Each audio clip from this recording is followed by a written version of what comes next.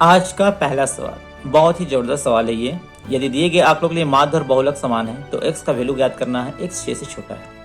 यहाँ पे कह दिया है एक बहुत अच्छा चीज का माध्य और बहुलक समान है। तो इस तरह के सवालों को आप सॉल्व करने जाएंगे ना तो बहुत ही ज़्यादा क्रिटिकल हो जाएगा। एग्जाम में आप सॉल्व करने जाएंगे तो हो सकता है आपको फॉर्मूला पता है बट फिर भी कैलकुलेशन इतना टफ हो जाएगा आगे जाके कि आप उसे सॉल्व करने जाएंगे तो आपका 4-5 मिनट लग जाएगा। एंड ऐसे सवालों को कभी एग्जाम में पहले करने की कोशिश ना करें। आपका सारा सवाल सॉल्व हो गया, आपके पास टाइम बचा, उसके बाद सॉल्व करें। तो चलिए इसका बेस्ट अप्रोच जो है उसके अकॉर्डिंग हम सॉल्व करते हैं। इसमें क्या दिया है कि माध्य और बहुलक समान है। तो माध्य का फॉर्मूला क्या होता है? माध्य मतलब एवरेज होता है। इसका फॉर्मूला होता है सिग्मा एफ आई एक्स आई बटा सिग्मा एफ आई। ये होता है मीन मतलब माध्य का फॉर्मूला। ठीक है, मतलब मोड बराबर होता है। मोड का फॉर्मूला क्या होता है? Lower limit plus f1 minus f0 बटा 2f1 minus f0 minus f2 into height. ये दोनों का फॉर्मूला। पहले तो आपको ये चीज़ पता होना चाहिए, दोनों का फॉर्मूला क्या है। मीन का पता नहीं हो तो आप डायरेक्ट एवरेज निकाल सकते हैं, इसमें कोई दिक्कत नहीं, बट इसका फॉर्मूला आपको पता, मोड का फॉर्मूला आपको पता होना चाहिए। उसके बाद आपको ये पता होना चाहिए कि f1 x1 क्या होता है। f1 यहाँ पे ये है, ऊपर जो संख्या वर्ग अंतराल, इसे fi है, इसको निकालना पड़ेगा, ये रेंज में है, इसे fi निकालना पड़ेगा। xi आपका fi दिया हुआ है, xi आपको निकालना पड़ेगा। बाकी यहाँ पे जो है मैं बताता हूँ। देखिए यहाँ पर मोड, ये मोड है। मोड मतलब क्या होता है? जो संख्या ज़्यादा बार रिपीट होती है। तो फ्रीक्वेंसी में सबसे ज़्यादा कौन है? 10, क्योंकि x का मान जो है वो 6 से छोटा है, तो यहाँ 10 से ज़्यादा है, तो ये हो गया मोड मेरा। ठीक है ना, मोड, कोई दिक्कत नहीं। अब मोड है तो ये हो गया f1। ठीक है, f1। उसके पहले संख्या होती है f0 और उसके बाद वाली संख्या क्या होती है? f2।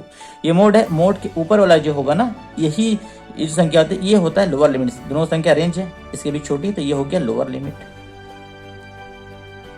और ये दोनों गैपिंग जो है ना ये हो जाएगा हाइट। ठीक है, यहाँ से ये क्लियर हो गया आपका f1 क्या, f0 क्या, 2 सारा क्लियर हो गया, लोअर लिमिट क्लियर हो गया। और fi क्या है? देखिए फ्रीक्वेंसी तो आपको यहाँ से मिल गई, ये सारी फ्रीक्वेंसी 6, 10, यहाँ जो वैल्यू है x की जो वैल्यू होगी वो मिला के फ्रीक्वेंसी हो जाएगी।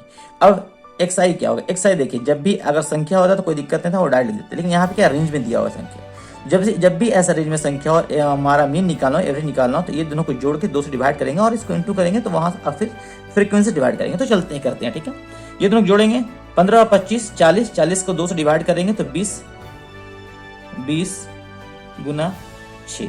ठीक है, प्लस इसको जोड़ेंगे 25 से 35 को जोड़ेंगे तो 60, 60 को 2 से डिवाइड करेंगे तो 30 और गुना 10, 30 गुना 10, ये है 20। ठीक है, प्लस ये क्या है यहाँ पर?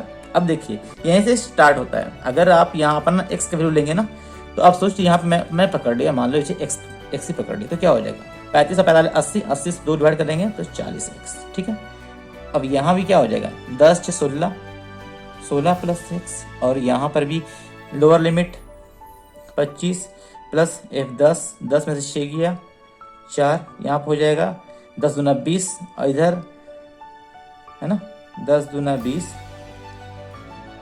20 में से 6 गया तो 14 माइनस x, ये होगा इंटू 10। अब आप सोचो इसे सॉल्व करने जाएंगे आपको तो कितना दिक्कत होगा। इसलिए हम ना यहाँ से डायरेक्ट ऑप्शन का इस्तेमाल करेंगे। जो ऑप्शन दिया हुआ है ना, ऑप्शन कितना है? ऑप्शन दिया हुआ है 1, 2, 4, 3, ये ऑप्शन हमारे पास, सी डी ऑप्शन है। क्योंकि संख्या क्या है? 6 से छोटा है, तो 6 का जो नियरेस्ट होगा वो लेंगे। अगर 5 होता हमारे पास ना तो 5 लेते हैं, 5 नहीं है तो ऑप्शन से 5 से छोटा कौन? 4 के नियरेस्ट, 6 के नियरेस्ट कौन है? 4 है, तो संख्या 4 को लेंगे।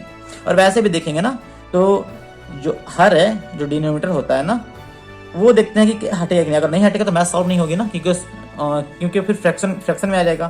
तो अगर हम 1 लेते हैं तो 16 1 17, और यहाँ 14 में से 1 गया 13, तो ये फ्रैक्शन कटने लायक नहीं है। 2 अगर ले लेंगे तो 14 हो जाएगा, और 16 2 18, यहाँ पर भी नहीं कटेगा। लेकिन 4 जैसे अगर मान लीजिए कि आपने गेस के 4 जो नियरेस्ट भी है, तो देखिए क्या सॉल्व होता है। हमने मान लिया कि हमारा आंसर 4 है। ठीक है, तो 6 दूना 12, 120 प्लस 300 प्लस x का वैल्यू कितना मान लिए हम? 4, तो 4 चौके 16, 160, 16 4 20, ये हो गया।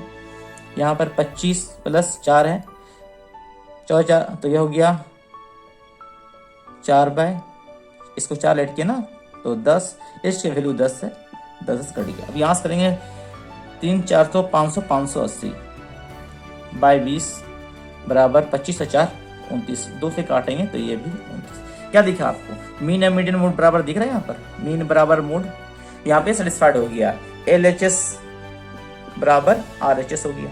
तो यहाँ जब हम जो 4 ऑप्शन जो ऑप्शंस 3 पकड़े 4 को, वो सेटिस्फाइड हो गया। तो इससे कितना जल्दी सॉल्व हो गया आप देख सकते हैं। या फिर अगर आप इसको बनाने जाएंगे ना तो यहाँ से आप सोचिए एक्स का वैल्यू पुट करेंगे ना, फिर दोबारा निकालेंगे तो बहुत टाइम लग जाएगा।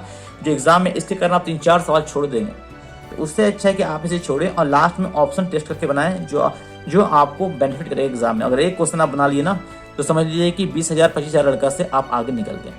ठीक है, तो आगे आने वाले और भी टफ सवाल है जिसे मैं बेस्ट अप्रोच के साथ सॉल्व करने की कोशिश करूंगा और आपको समझाने की कोशिश करूंगा। अगर समझ ना आए तो प्लीज़ कमेंट में हमें पूछें, मैं पूरी कोशिश करूंगा उसे अच्छे से एक्सप्लेन कर समझाने की। तो चलिए अगला क्वेश्चन, क्वेश्चन नंबर 2, बहुत ही प्यारा सवाल है, चलिए सॉल्व करते हैं। उस त्रिभुज का क्षेत्रफल ज्ञात कीजिए जिसकी भुजाएं 28, 23, 35 के अनुपात में है तथा परिमाप 516 है। इस तरह के सवाल एग्जाम में आप बनाएंगे ना तो आपको 2 मिनट 2.5 मिनट जरूर लगेगा, क्योंकि इसका कैलकुलेशन थोड़ा बड़ा है। मैं पहले एक प्रोसेस से सॉल्व करता हूं, उसके बाद आपको एक ऐसा ट्रिक बताऊंगा, या तरीका बताऊंगा जिसे विदिन सेकेंड आप देख के आंसर लगा सकते हैं एग्जाम में। तो पहले प्रोसेस की बात करते हैं। क्या कहा? परिमाप। त्रिभुज का परिमाप क्या है? त्रिभुज का परिमाप बोल दिया है आपका 516। तो इसका अर्ध परिमाप क्या हो जाएगा? पर अर्ध परिमाप जिसे एस कहते हैं ना, क्या हो जाएगा? 2 से डिवाइड कर देंगे, 2 दूना 4, 2 पे 258 हो जाएगा। फॉर्मूला क्या होता है इसका? फॉर्मूला होता है त्रिभुज का क्षेत्रफल, क्योंकि ये विषमबाहु त्रिभुज है, कोई ट्रिपलेट यहाँ काम नहीं करेगा, इसलिए हम इसे विषमबाहु त्रिभुज के में बनाएंगे। तो विषमबाहु त्रिभुज का फॉर्मूला क्या होता है? √S into S minus A into S minus B into S minus C। ठीक है, S कितना हो जाएगा आपका यहाँ पर? 5 3 8 16 का 6, हाथ में बचा 1, 3 2 5 7 1 8 86, 2 से डिवाइड करेंगे 2 चक्कर 43। हमारा कितना निकलेगा यहाँ पर? S निकल जाएगा 43 इंटू 43 में 28 जाएगा तो कितना आ जाएगा? आप घटा लें, 8 5 13, 3 2 1 15, ये 15 आ जाएगा। 43 में से 23 जाएगा तो आ जाएगा 20, और 43 में से 35 जाएगा तो आ जाएगा आपका 8। ठीक है, अब इसे हम तोड़ेंगे तो कैसे? ये 43 तो 43 रह जाएगा, ये टूटने वाला नहीं है ना, सभी यूनिट में होगा, है ना, क्योंकि सब अनुपात में है तो हम एक यूनिट पकड़ लेते हैं, फिर भी यूनिट है। ठीक है, इसके अंदर सारे यूनिट में, तो मैं एक यूनिट से लिख दे रहा हूँ, सब यूनिट में। 43 यूनिट ये अंदर ही रह जाएगा ना, बाहर निकलता है उसे लिखते हैं। ये हो गया 43 इंटू, इसे तोड़ेंगे तो 5 3 15, ये हो जाएगा 4 5 20, ये हो जाएगा 4 दूना 8, यही है यूनिट। अब यहाँ से जब करेंगे तो यहाँ से देखिए 1 5 2 5 5 बाहर आ जाएगा। ठीक है, फिर ये 4 यहाँ से बाहर आ जाएगा। ठीक है, और बाकी नहीं निकलेगा, मतलब 3 दूना 6, यहाँ रहेगा 6 3 18 का 8, हाथ बचाएगा 6 24 से 25, 258। ठीक है, ये स्क्वायर है ना, यूनिट है यहाँ पर, डबल है तो निकल के ये बाहर आ जाएगा, है ना, तो इंटू ये यू स्क्वायर। ठीक है, अब यहाँ पे सॉल्व हो गया। अब 5 चौके 20 यूनिट स्क्वायर है बराबर √258। अब यहाँ हमारे पास एक्चुअल में अर्ध कितना है? 258, लेकिन हम जब अनुपात निकाल रहे कितना है? 43 से कितना गुना? 6 गुना है, 6 3 18 6 गुना। तो उसी तरह यहाँ पर जो यूनिट होगा ना, ये 20 गुना नहीं होगा, क्योंकि बाहर यूनिट का वैल्यू 6 आया, तो 6 का स्क्वायर है इंटू 36 258, यहाँ से 36 दूना 72, 720 √258। ये हमारा आंसर ऑप्शन नंबर सी। ठीक है, ये हो गया एक प्रोसेस। कितना टाइम लग गया आपको? 2-2.5 मिनट टाइम लग गया होगा। लेकिन इसे एक प्रोसेस जो बेस्ट अप्रोच है बनाने का, जो मैं एग्जाम में कैसे बनाऊंगा, देखिए सिंपल सा। क्या आपका परिमाप दिया है? परिमाप 516। जब ये हम फॉर्मूला आपको पता है कि ये कोई ट्रिपलेट नहीं है, विषमबाहु त्रिभुज है, तो ये √अंडर में ये फॉर्मूला इसमें आएगा। तो 250 इसे तोड़ेंगे तो परिमाप क्या आएगा? 258 516 पूरा परिमाप ना, अर्ध परिमाप 258 आएगा, और ये फॉर्मूला में है तो क्या आ जाएगा? रूट के अंदर 258 आएगा। 258 ओनली एक ही ऑप्शन सी में है, तो आपको आगे सॉल्व करना ही नहीं था मैथ। आपने जैसे ही परिमाप देखा 258 √अंडर के अंदर है, आप इसे टिक मारे और आगे बढ़े। आप विदिन से 15 सेकंड के अंदर आप यहाँ पे मैथ बना के आगे निकल गए। आपको कितना सेकंड का टाइम बचा, ये आपका कौन देखेगा? कोई नहीं देखेगा। आपका एग्जामिनर क्या चेक करेगा? आपने आंसर सी लगाया है 720 रूट अंडर 258। तो एग्जाम में ऐसे करके टाइम बचाना पड़ता है, जिससे आप पूरे नंबर आप 25 में 25 मैथ में ला सकते हैं। चलिए लेट ना करते हुए आगे चलते हैं। आज है क्वेश्चन नंबर 3। इस सेट में अच्छे सवाल आए हैं, तो ऑब्वियसली टफ नहीं है, लेकिन कॉन्सेप्चुअल क्वेश्चन में अच्छा टफ भी है, क्योंकि इसमें 25 में 25 जो लड़का करके आ रहा है या नंबर ला रहा है, वो उनका प्रैक्टिस बहुत ही अच्छा होगा। क्योंकि मैंने अभी देखा ये तीसरा क्वेश्चन है। तीनों क्वेश्चन में थोड़ा कैलकुलेशन एंड कॉन्सेप्ट आपको बहुत जरूरी है। पहला जो क्वेश्चन था वो जनरली मैक्सिमम बच्चे छोड़ के आएंगे, ठीक है। तो चलिए इस सवाल को सॉल्व करते हैं। चतुर्भुज PQRS में कोण R और कोण S के समद्विभाजक बिंदु T पर मिलते हैं और कोण STR 13.5 डिग्री है। यदि कोण P और Q का अनुपात 4:5 है तो कोण Q और कोण P के मापों का अंतर क्या है? चतुर्भुज बोला तो चतुर्भुज का क्या करना है, ठीक है। ये चतुर्भुज मतलब 4 भुजाओं से घिरे, लेकिन सीधी नहीं होती है, 90 डिग्री नहीं होते हैं, वो थोड़ा कर्व होते हैं, ठीक है। बोला PQRS, PQRS, ठीक है। कोण R समद्विभाजक है, R और S समद्विभाजक है। यार देखिए समद्विभाजक हो गया, किस कहाँ मिला? T पे मिला, ठीक है। और STR ये कोण है ना, ये कोण बोल दिया 13.5 डिग्री। यदि कोण P और Q का अनुपात 4:5 है, यदि कोण P और Q के एंगल जो है ना उसका अनुपात 4x और 5x है, तो कोण P और Q का अंतर पूछा है। अंतर मतलब 4 और 5 है, तो 1 का अंतर पूछा है। इसका एक सिंपल फॉर्मूला होता है, आपको पता होना चाहिए। बस क्या होगा, ऐसा जब भी सवाल रहे कोण STR आपको निकालना हो तो इक्वल्स टू होता है हाफ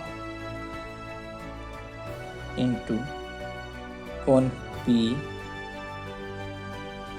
प्लस कोण Q। बस ये फॉर्मूला आपको याद रखना है। ये फॉर्मूला आपको याद है तो मैथ विदिन सेकंड बन जाएंगे। अब क्या है, STR का वैल्यू कितना दिया हुआ है, यहाँ पर दिया हुआ आप दिख रहे हैं 13.5 degree equals to half into कोण P 4 है, अब कोण X 5 है, तो 5 4 9x। ये 2 से गुना कर देंगे यहाँ, तो ये क्या हो जाएगा 27 डिग्री बराबर 9x। नाव से कर देंगे तो x का वैल्यू कितना आ जाएगा 3। और क्योंकि 4 और 5 के बीच एक गैपिंग होता है तो 1:3 है। नहीं तो आप ऐसे कीजिए, फिर 4 तिया 12 और 5 है 15। ये आपका टाइम टेकन 3 आ गया यहाँ से, तो करना ही नहीं, क्योंकि 4 5 के बीच एक गैपिंग है, यहाँ x का वैल्यू आ गया तो एक गैपिंग है, इसलिए 1:3 हमारा 3 आंसर होगा, ऑप्शन नंबर सी। इस तरह आपको सवालों को सॉल्व करना है, ठीक है। चलते हैं अगले क्वेश्चन के लिए। Question number 4। ये मैथ छोटा है, बट इस तरह के सवाल ग्रुप डी के एग्जाम में अक्सर आते हैं, और 3 अगस्त से जो एग्जाम होने वाला है उसमें भी श्योर आएंगे, ठीक है। तो मैं इसका एक बेस्ट तरीका बताता हूँ जिसमें गलत होने के चांस नहीं रहेगा, एकदम नहीं रहेगा, ठीक है। सिंपल इसमें आपको लिखना है कि CP क्या है। CP आपको क्या दिख रहा है, 1 रुपया। 1 रुपया में 2 की भाव से होता है, तो एक का CP निकल गया ना यहाँ पर। 1 का SP निकालना है हमें। SP क्या है, बोला 3 रुपया में 5 की दर से बेच रहा है। प्रॉफिट निकाल देना। प्रॉफिट क्या होता है, SP minus CP। SP minus CP। SP कितना है आपका यहाँ पर 3/5 माइनस CP 1/2। 5 दूना 10, 3 दूना 6 माइनस 5 मतलब 1/10। ये हमारा क्या गया, प्रॉफिट आ गया। अब आप जानते हैं क्या होता है, प्रॉफिट बाय CP इंटू 100, यही नहीं होता है प्रॉफिट परसेंटेज। बस प्रॉफिट कितना है 1/10, CP कितना है आपका 1/2 इंटू 100, 1/10 ऊपर गया 2 गुना 100, 20% हमारा आंसर होगा। मैं आपको इतना बता रहा हूँ, इतना करने की जरूरत ही नहीं। डायरेक्ट अगर हम एग्जाम में बनाएंगे कैसे बनाएंगे, देखिए CP पता है, CP यहाँ पता है ना, तो हम 1 में हमारा SP कितना है 3 रुपया में 5, CP 1 में 2, ये प्रॉफिट निकल गया। CP कितना है 1/2 इंटू 100। बस सॉल्व करेंगे डायरेक्ट। देखिए 5 दूना 10, 3 दूना 6, इधर 5/10 हो गया, नीचे आएगा तो ऊपर 2 इंटू हो जाएगा इंटू 100, ये है ना। 6 5 गया तो यहाँ से फिर डाइट करेंगे 1 है, यहाँ से कट गया 10 दूना 20, ये हमारे आंसर। तो एग्जाम में विदिन 10 से 15 सेकंड में अंदर ये मैथ सॉल्व होगा। मैं प्रोसेस बता रहा हूँ कि इस तरह के बहुत सारे सवाल आते हैं जिसमें बच्चे कंफ्यूज हो जाते हैं, इसलिए मैं ये प्रोसेस बता रहा हूँ। इसमें कभी भी आपका गलती होने के चांसेस नहीं होंगे। कभी क्या होता है, बच्चा SP को नीचे लिख देता है जिसका दिक्कत होता है, तो ऐसा ना करें।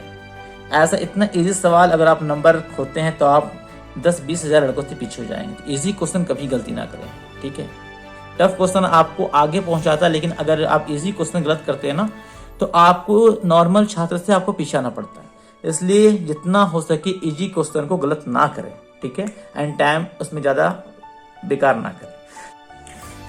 क्वेश्चन नंबर 5, आज का ये आखिरी सवाल है। आज मैं जो 5 सवाल करवा रहा हूँ, 5 सवाल ऐसे हैं जो मैक्सिमम छात्र वो गलत करके आएंगे या फिर से छोड़ के आएंगे, ठीक है। जैसे ये सवाल देखने में इतना इजी लग रहा है, कोई अरे क्या है बना लेंगे, आप इसे बना के कहो। मैं बना रहा हूँ, अगर जो वीडियो भी देख रहे हैं हमें बनाने से पहले से बना के देखें कि आपसे बन रहा है या नहीं बन रहा, उसके बाद ही वीडियो को देखें। चलिए मैं सॉल्व कर रहा हूँ, ठीक है। इसमें कह रहा है 5 का पावर 3x + 4 प्लस 125x का पावर x + 1 बटा 125 का पावर x + 1 माइनस 5 का पावर 3x + 2 का मान ज्ञात कीजिए। इसमें क्या करना होता है, पहले आपको बेस इक्वल करनी होती है ना। बेस इक्वल करने के लिए क्या करना पड़ेगा, देखिए पहले 5 है, चलो छोटा हो ना, वो छोटा में तोड़ें। ये क्या है, 3x + 4 प्लस 125 है, तो कितना 5 का पावर क्यूब है ना, ठीक है। ये x + 1, ठीक है, उसका नीचे हो जाएगा 5 का पावर क्यूब x + 1 माइनस, ये तो ऑलरेडी छोटा है ही है, तो 3x + 2, ठीक है। अब इसे तोड़ेंगे तो क्या हो जाएगा, क्योंकि प्लस का माइनस भाग का मतलब इनटू का मतलब क्या होता है, इनटू का मतलब प्लस और भाग का मतलब माइनस होता है, ठीक है। तो यहाँ पर आपको दिख रहा है, इसको हम ऐसे लिख सकते हैं। आपको समझ में आया तो हमें जरूर कमेंट करें। 3x × 5 का पावर 4 ये लिख सकते हैं हम पहले संख्या को, प्लस अब देखिए 5 का पावर इसे करेंगे तो 3x × 5 का पावर 3 लिख सकते हैं हम। अगला 5 का पावर 3x × 5 का पावर 3 माइनस, ये तो किया हुआ ही है, 3x × 5 का पावर 2। उम्मीद करता हूँ यहाँ तक सभी को समझ में आ गया हो। आगे सॉल्व करते हैं, ठीक है। अगर समझ नहीं आया तो कमेंट में बताएं, मैं इसे अगेन समझाऊंगा, ठीक है। तो यहाँ से आप दिख रहा है कि आप कुछ कॉमन ले सकते हैं। कॉमन लेने से क्या होता है कि आपका कैलकुलेशन छोटा हो जाता है, ठीक है, और आसानी से आप सॉल्व कर पाते हैं। तो कॉमन क्या दिख रहा है आपको, 5 का पावर 3x कॉमन ले लिया, यहाँ पर भी है, यहाँ पर भी कॉमन ले लिया, इंटू यहाँ 5 का पावर क्यूब, 5 का 4 तो यहाँ से ले सकते हैं कॉमन, 5 का पावर क्यूब, तो क्या हो जाएगा, यहाँ पर 5 बचेगा, यहाँ से निकल गया सभी, तो क्या बच गया 1। उसी तरह नीचे कॉमन लेंगे तो 5 का ये कॉमन निकल गया, 5 का पावर 3x इंटू यहाँ क्या कॉमन आएगा, 5 का पावर 2 है ना, 5 का पावर 3 है, तो 5 का स्क्वायर, ठीक है, ये कॉमन निकल गया। तो यहाँ क्या बचेगा 5 और इधर 1 माइनस ये कॉमन निकल। अब देखिए यहाँ से कटता है, ये कट गया इजी, यहाँ से 5 का कट गया, यहाँ से ये कट जाएगा, आपका क्या बचेगा, ऊपर 5 बचेगा, 5 1 6 बचेगा, नीचे क्या होगा, 5 में से 1 गया 4 होगा। जब काटेंगे तो 2 दूना 4, 2 तिया 6, 5 तिया 15 बटा 2 मतलब 7.5। ये हमारा आंसर होगा। मैं यहाँ पे आपको स्टेप बाय स्टेप समझा रहा हूँ, बोल के इतना टाइम लग रहा है। एग्जाम में आप बनाएंगे ना तो आपको कुछ डायरेक्ट क्वेश्चन देखना है, क्वेश्चन के बाद डायरेक्ट आपको ये स्टेप में आना है, और इस स्टेप के बाद ये 3 स्टेप में आपका मैथ सॉल्व हो जाएगा। विदिन 30 सेकेंड के अंदर ये मैथ आपके एग्जाम में सॉल्व होना चाहिए। आपकी प्रैक्टिस ऐसी होनी चाहिए, और मैं ऐसी प्रैक्टिस आपको ऐसा बना दूंगा कि आप विदिन 30 सेकेंड के अंदर ना इस तरह के मैथ सॉल्व कर सके। तो दोस्तों जो टफ मैथ थे या फिर अच्छे सवाल थे ना, उन 5 सवालों को मैंने यहाँ सॉल्व कर दिया। मैं पूरी कोशिश करूंगा कि जितनी जल्दी हो सके ना ऐसे टफ सवाल को मैं जल्दी से जल्दी सॉल्व करवा सकूं, ताकि आपको इसका बेनिफिट दिला सकूं एंड आने वाले ग्रुप डी के एग्जाम में आपको इसका बेनिफिट मिल सके। तो चलिए मैं सभी अपने दोस्तों से रिक्वेस्ट करूंगा कि जो लोग भी मेरी वीडियो देख रहे हैं ना, उन्हें अगर आपको वीडियो पसंद आ रही है, हमारे सवाल बनाने का तरीका अगर पसंद आ रहा है, तो प्लीज़ वीडियो को शेयर कर दें, ताकि और भी लोगों तक मेरी वीडियो पहुंच सके और मुझे मोटिवेशन मिल सके। मैं ऐसे अच्छे तरीके से और ट्रिकी तरीके से सवालों को कॉन्सेप्चुअल समझा सकूं। मैं सिर्फ ट्रिक नहीं बताऊंगा, मैं कॉन्सेप्ट के बाद ही ट्रिक समझाऊंगा कि ट्रिक कैसे सॉल्व हो रहा है। और हर एक मैथ जो लंबा 2 पेज 1.5 पेज का बन रहा है ना, उसे मैं सॉल्व कोशिश करूंगा कि विदिन सेकेंड या आप 30 सेकेंड 1 मिनट के अंदर सॉल्व कर सकें। क्योंकि जैसा फर्स्ट नंबर क्वेश्चन था ना, मैं वो ऑप्शन टेस्ट, क्योंकि ये टीचर लोग नहीं बताते हैं, मैं प्रैक्टिस किया हूँ, तो मेरा ये खुद से मैं जब सवाल सॉल्व कर रहा था ना तो बन नहीं रहा था। तो मैं सोचा कैसे बनेगा, फिर मैं ध्यान आया कि जो भाई निकालना है मैं उसी पहले पुट कर दूं, ऑप्शन 4 निकलेगा लास्ट में आंसर मेरा, मैं उससे भी टेस्ट कर लेता हूँ, वो इजी होगा क्योंकि वहाँ डायरेक्ट मेरा वैल्यू मिल जाएगा। तो उस तरह मुझे समझ में आया और मैंने ऑप्शन से सॉल्व किया, ऑप्शन से उसे सॉल्व किया था। तो और भी ऐसे ही अच्छे ट्रिक और सॉल्यूशन के लिए मेरे चैनल को सब्सक्राइब जरूर करें, दोस्तों के साथ शेयर करें एंड लाइक कमेंट करते हुए जाएं। थैंक यू दोस्तों, मिलते हैं अगले वीडियो में। थैंक यू, जय हिंद।